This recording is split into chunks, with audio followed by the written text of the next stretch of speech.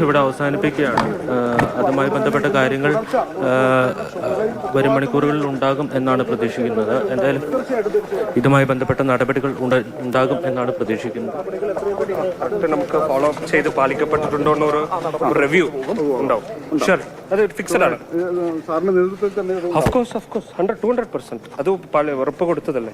നമ്മളിപ്പോൾ പറഞ്ഞ കാര്യങ്ങളെല്ലാം നടക്കുന്നുണ്ടോന്ന് ഒരു ഡീറ്റെയിൽഡ് ഫോളോ അപ്പ് മീറ്റിംഗ് 27-ാം തീയതി നടക്കും. വെന്യൂ കാര്യങ്ങളെല്ലാം അറിയിക്കാം. ഇവിടെ തന്നെ കുട്ടമ്പുഴയിലോ അല്ലെങ്കിൽ കോതമംഗലത്തോ.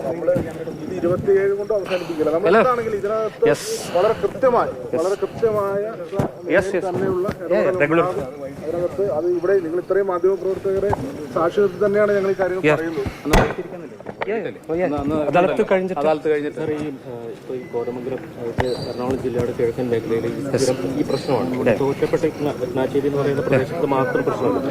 ഇപ്പോൾ ഇവിടെ സോളാർ ഫെൻസിംഗ് സ്ഥാപിച്ചുകൊണ്ട് മാത്രമേ പരിഹരിക്കാൻ മറ്റു സ്ഥലങ്ങളിൽ സമാനമായിട്ടുള്ള ഒരു പ്രശ്നം ഉണ്ടാകും.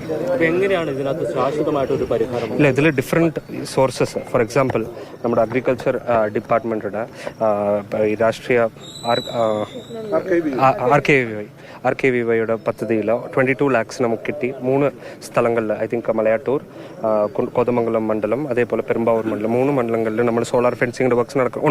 അതേപോലെ നബാർഡ് വർക്ക്സ്, അതുപോലെ പ്ലാൻ ഫണ്ട്സ്, ഇങ്ങനെ മാക്സിമം ഫണ്ട്സ് എല്ലാം നമ്മൾ പൂൾ ചെയ്തിട്ടാണ് ഈ വർക്ക്സ് ചെയ്തു വരുന്നത്.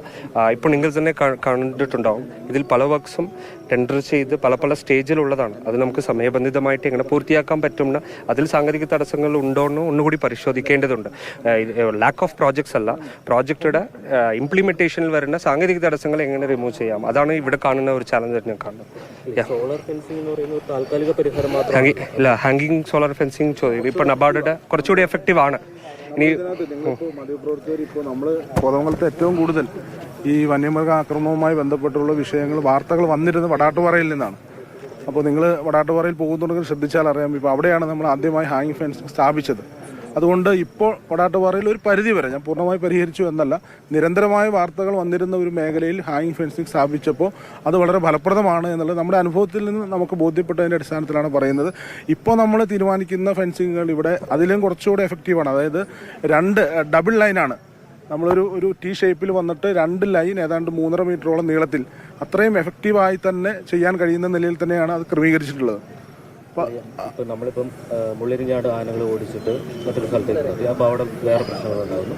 അവിടെ നിന്ന് ഈ ആനകൾ ഓരോ സ്ഥലത്ത് ഇപ്പോൾ ഒരു കാലിൽ നിന്ന് വന്ന് അടുത്ത കാലിലേക്ക് ഇരിക്കുന്ന പോലെ ഇതിനൊരു ശാശ്വതമായിട്ടുള്ള പരിഹാരം വേണ്ടേ? അപ്പോൾ അതിനെന്ത് നിർദ്ദേശമാണ്? അല്ല, ഇതിനകത്ത് ഇപ്പോൾ നമ്മൾ പ്രിയപ്പെട്ട സുഹൃത്തുക്കൾക്കെല്ലാം അറിയാമല്ലോ, ഇപ്പോൾ വനമേഖലയുമായി ബന്ധപ്പെട്ട് കിടക്കുന്ന കേരളത്തിൻ്റെ എല്ലാ പ്രദേശങ്ങളിലും ഈ ഒരു വിഷയമുണ്ട്. നമ്മൾ ഒരുപാട് ചർച്ച ചെയ്തിട്ടുണ്ട്.